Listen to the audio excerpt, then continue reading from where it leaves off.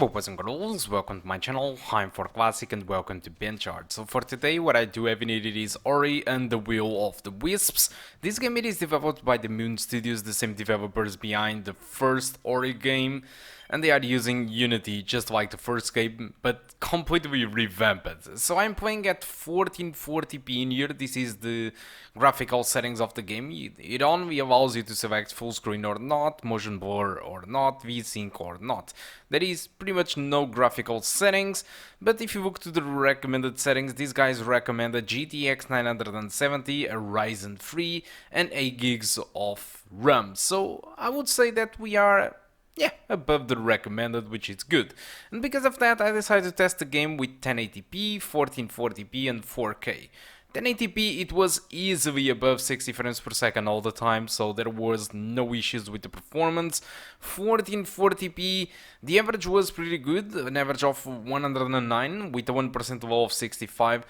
There are some moments during, for example, the cutscene, the first cutscene, where I saw the frame rate near 60. So in more demanding levels, who knows, at 1440p the game might drop from 60 frames per second. But still, I'm not really sure about it because I don't know. I just think that 1440p is very good. And it is performing very good with the GTX 1650 Super. Although if you decide to go with 4K, what you can expect it is a performance level between the 30 to 60 frames per second. And that is something that I don't recommend for a platformer. So either stick with 1080p or either stick with 1440p. Both resolutions perform just amazingly well. And of course, if you want an extra performance boost, you can always disable motion blur. But don't expect a big boost in performance, probably just 1 or 2 frames per second comparing to motion blur on.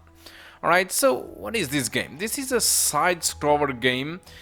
I can't really define what is this about, but honestly, I mean, just the graphics, and when I say the graphics I don't talk about technology, I talk about animations, all this soundtrack that you are going to hear, because I'm going to shut up very soon because I really want you to enjoy what this game have to offer in sounds, music and animations and artistic level. This is simply insane.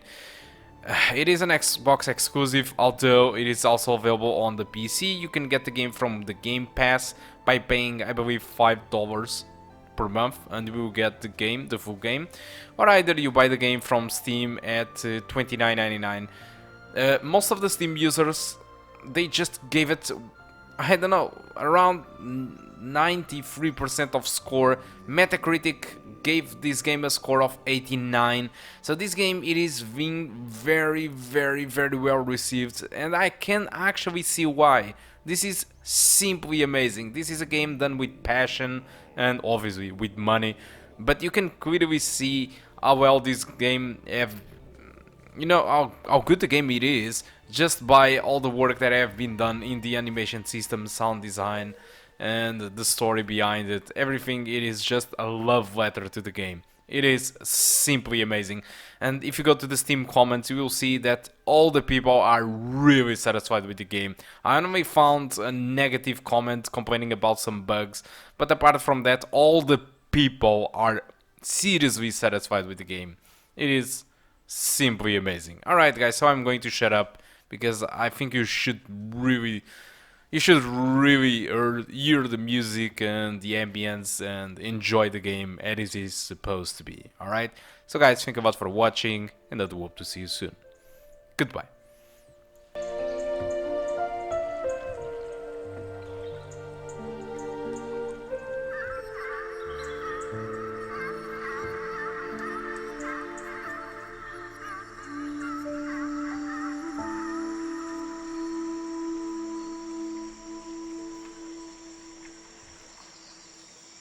Namine Mangosa.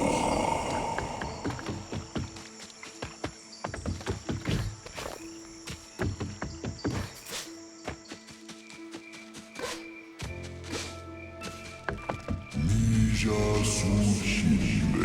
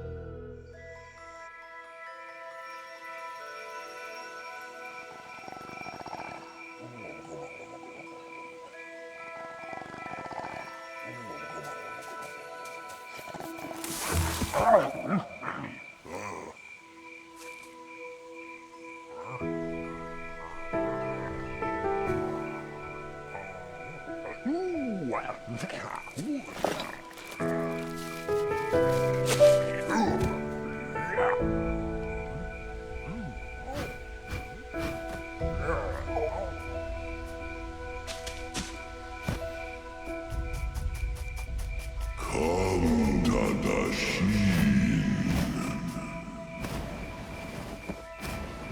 Uregu Olina.